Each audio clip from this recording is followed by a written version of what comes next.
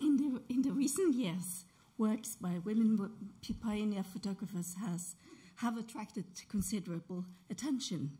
For example, in large events such as Musée d'Orsay's Who's Afraid of Women Photographers in 2015.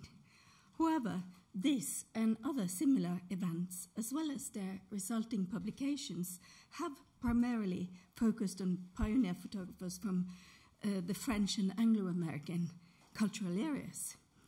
Thus, they tend to reproduce and reinforce an already established canon of large names in photojournalism, fashion, or art photography.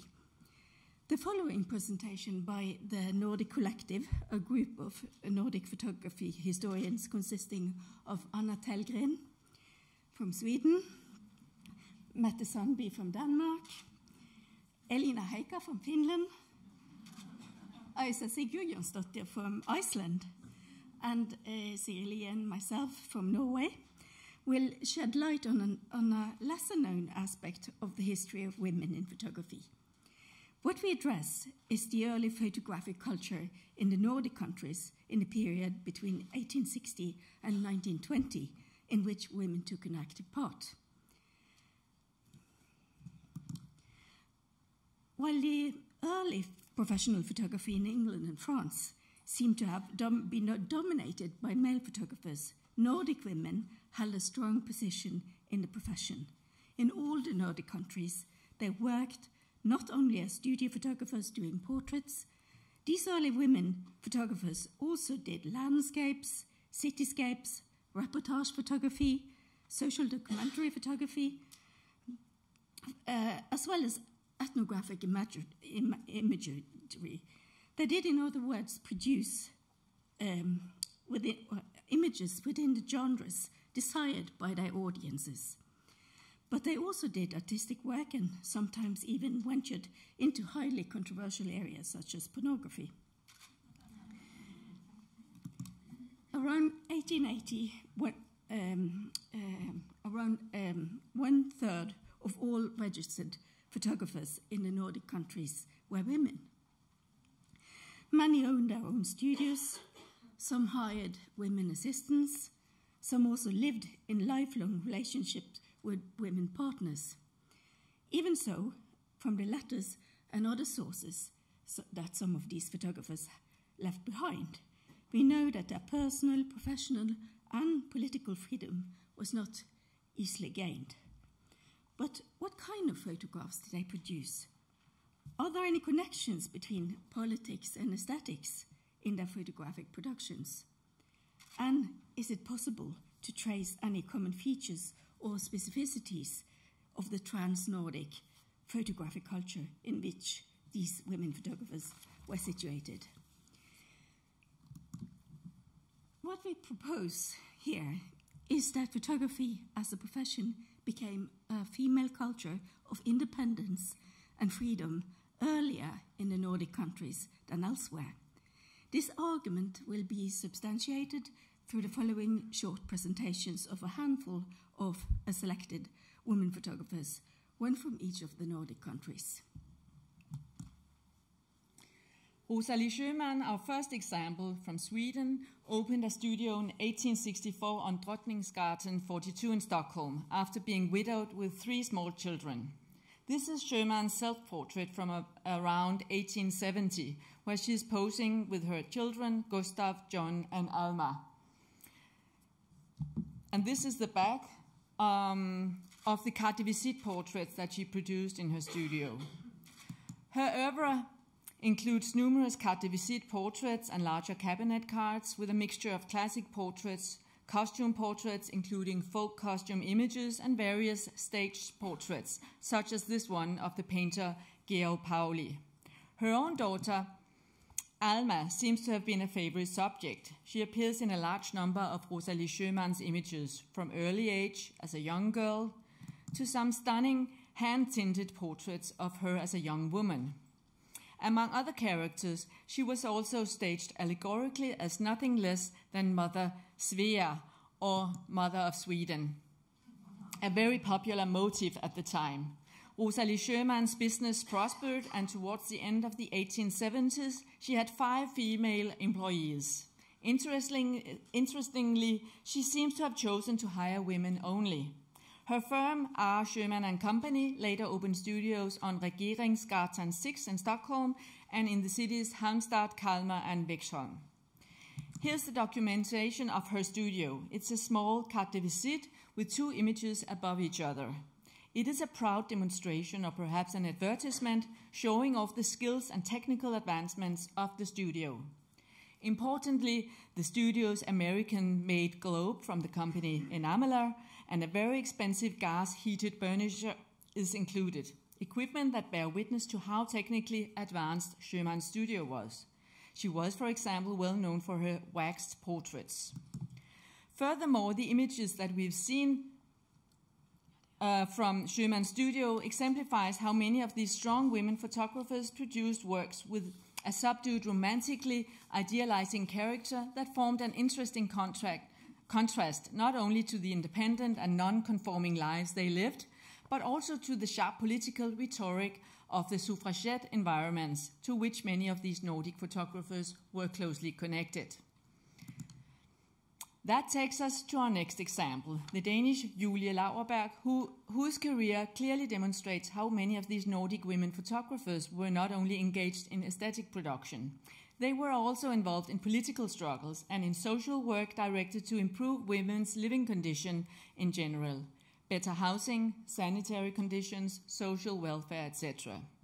That was definitely the case for Julie Laurberg, who documented the parade on the 5th of June 1915 in Copenhagen, organized by the Danish Women's Society as a celebration of the newly won right to vote. Laurberg was trained as a photographer in the studio of Danish painter and photographer Leopold Hartmann. In 1895, she established herself as an independent photographer in central Copenhagen, where she, a little later in 1907, opened a studio with her first photography apprentice and much younger Franziska Gad, born in 1873, who became her partner.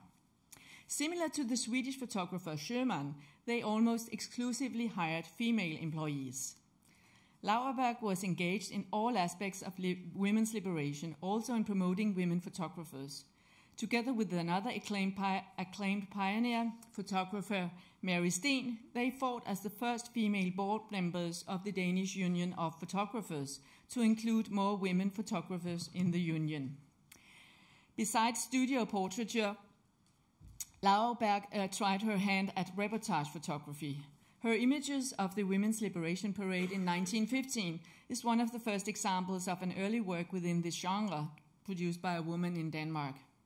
Laurberg not only directed her camera towards the 30 members of the parade forefront, who carried tabs and were all dressed in white dresses, but also at the delegation who was granted access to the royal palace, Amalienborg, to thank the king for having the right to vote. Furthermore, the enterprising Laurberg, in collaboration with her partner Franziska Gad, shot a film at Amalienborg Palace Square at this event, where it is estimated that between 12 and 20,000 women participated. In addition, she produced portraits of many of the leading members of the Danish women's liberation movement.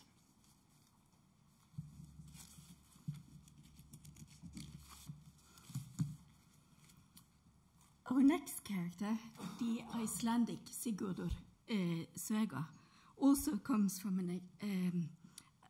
across as an exceptional, strong, and adventurous woman. In 1907, she started her photography career by joining the staff of a busy photography studio in Reykjavik, run by the male photographer Peter Brynjolfsson. Several young women worked in this studio, but were not allowed to take the photographs. Therefore, 3 years later, in 1910, Söga left for Copenhagen in search for apprenticeship. However, she was disappointed with the low-key studio task offered to her in Copenhagen, so she searched for an assistant position in Germany through the journal Der Fotograf. She was employed almost immediately through an advertisement by the then little-known German photographer August Sander. who ran a small photographic studio in his home in Cologne, Lindal. Soga assisted his wife Anna in printing and retouching Sanda's photographs. And rapidly, Sanda gave her individual photographic assignments. She also posed for him in several outfits and settings. She assisted Sanda in the documentary social project he started sketching out before the First World War, mentioned as 20. Jahrhunderts, people of the 20th century. And in a letter written in 1960, Sanda acknowledges her participation in saying, "My work that you were engaged in too will comprise more than 100 folders if I have the energy to complete it." When Soga returned to Iceland in spring 1914, she set up her own business in Reykjavik, along similar lines as Sanda's studios. A large fixed camera, no props, no fancy background, and simple furniture. Her subjects were photographs against a simple white wall in soft lights with no shadows. Her unassuming and straightforward studio style was well in tune with the taste of her bourgeois clientele who yearned for a casual yet a modern look. And rapidly she became a respected portraitist and a successful studio photographer. She never married, but had a daughter that she brought up in a household with her friend Steinon Torsteinsson, who was also a photographer and in charge of the darkroom.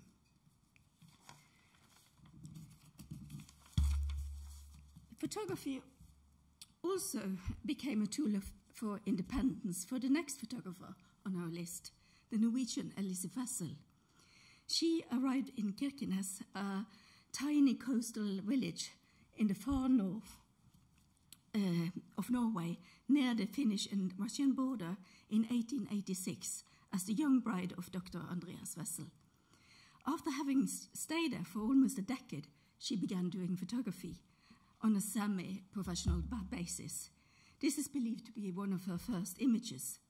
She would mount images like this in albums, produced either as gifts to relatives and friends, or sold on commission. Wessel's photographs are mostly taken outdoors, and her performances of bourgeois lifestyle, colored her by her situatedness on the frontier, works as markers of the Norwegian colonial civilizing mission there. Her Sunday picnics are, for example, not taking place in a garden, but in the vicinities of streaming rivers, cascading waterfalls, or fjords. Many of her images manifest the Norwegian presence on the margins of the nation state. The Norwegian flag, flapping in the wind, is centrally positioned in the image from a Sunday picnic by the shores of the fjord, while two unnamed Sami girls, members of the local indigenous community, guard the campfire in the background. The documentation of the indigenous population is, however, a prominent feature in many of Wessel's images. People, both locals and travelers, bought them for different purposes, as private memory objects, postcards, or for research and education. Importantly, Kirkenes, the small village where she lived, underwent major transformations during the couple's lifetime. A growing mining industry with a subsequent multiplied population induced social changes and increased political polarization. In this context, Elise Wessel entered a process of radicalization. She is therefore first and foremost celebrated as a union organizer, a socialist who formed close political ties with the revolutionary East. She corresponded, among others, with Lenin and Trotsky, and she also hosted one of the Pankhurst sisters on their way to the Russian Revolution. Due to her growing political commitment, Wessel's photographic activities gradually ceased. Today, however, they are to be found in many museums and archives both in Norway and across Europe, such as here. This is from the Museum Etnographischer Kulturen in Berlin. Our last photographer is Signe Brander from Finland. She was born in the small town Kokkola in western Finland, but moved to Helsinki in 1891. There she worked 2 years in Daniel Nyblin's studio before starting a business of her own. First in the small town Savonlinna in 1896, then in Helsinki in 1904. Brander, who never married, also became a prominent member of the Finnish Photographers Society. In this photograph from their meeting in 1897, she is seen in profile in the middle.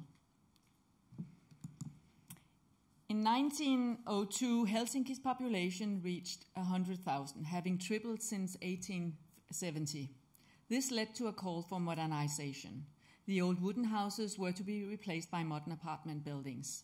In this situation, Signe Brander was commissioned by the Board of Antiquities, later the Helsinki City Museum, to document the changing townscape of the rapidly growing capital. Signe Brander met the brief given by her commissioners and documented the Helsinki's architecture with great skill and aesthetic sensitivity. She was, however, equally interested in the everyday life and the people living in the city, something which increases the value of her photography in the eyes of a contemporary viewer. She asked the city dwellers of different backgrounds and social classes to pose for her in their local environments. All in all, she produced 900 photographs as part of this project. Due to the character and quality of this work, which is regarded as her major achievement, Brander has been nicknamed the Eugène Haché of Helsinki. Yet, in addition to her photographic work, little is known about this great photographer who died in poverty in 1942 during World War II, suffering from famine. As a final remark, we would like to stress that the photographers that we've presented here only represent the top of the iceberg of this Nordic photographic culture, where women has had such a strong presence. We could have mentioned many, many others. Our aim is to produce a collective volume that may demonstrate the complexity, the local context, and the scale of this culture. But this is very much a work in progress, and it is still in a very early phase. Our hope is therefore that this conference may bring us inspiration and that we may receive comments, advice, or related experience from colleagues working with similar or related material elsewhere. So please approach one of us during the mini breaks of the coming days if you have experiences, advice, or counter-advice. Thank you.